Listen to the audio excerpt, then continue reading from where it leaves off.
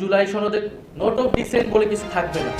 জাতীয় নাগরিক পার্টি এনসিপির আহ্বায়ক নাহিদ ইসলাম বলেছেন, জুলাই সনদ বাস্তবায়নের পরই তার দল নির্বাচনের দিকে অগ্রসর হবে। শুক্রবার বাংলা একাডেমির কবি শামসুর রহমান মিলনায়তনে বিশ্ববিদ্যালয়ের শিক্ষক ফোরামের আত্মপ্রকাশ উপলক্ষে আয়োজিত এক আলোচনা সভায় তিনি বলেন, সনদে কোনো মতভেদের সুযোগ নেই। যেটুকু ঐকমত্যে গৃহীত হয়েছে সেটিই থাকবে, বাকিটা জনগণই নির্ধারণ করবে। নাহিদ ইসলাম প্রধান উপদেষ্টার হস্তক্ষেপে জুলাই চার্টার বাস্তবায়নের আহ্বান জানিয়ে আশাবাদ ব্যক্ত করেন যে আসন্ন নির্বাচন জুলাই সনদের আইনগত কাঠামোর ভিত্তিতেই অনুষ্ঠিত হবে, যা ছাত্র নেতৃত্বাধীন গণঅভ্যুত্থানের চেতনার প্রতিফলন ঘটাবে। নাহিদ বলেন, আমরা চাই আগামী সংসদ এবং সংস্কার পরিষদে তরুণ, শিক্ষক, নারী, সংখ্যালঘু ও বিভিন্ন পেশাজীবীদের প্রতিনিধিত্ব থাকুক, যাতে জুলাই সনদের চেতনা বাস্তবে রূপ পায়।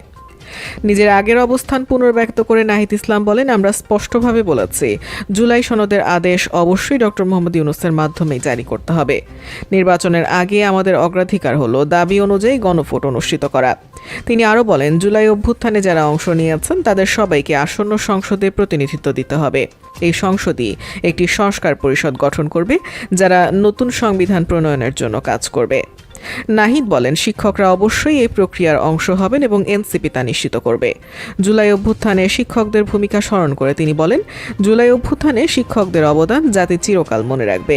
গত 16 বছর ধরে শিক্ষাক্ষেত্রে পদোন্নতি নির্ধারিত হয়েছে রাজনৈতিক আনুগত্যের ভিত্তিতে, যা ফ্যাসিবাদী কাঠামোকে টিকিয়ে রেখেছে।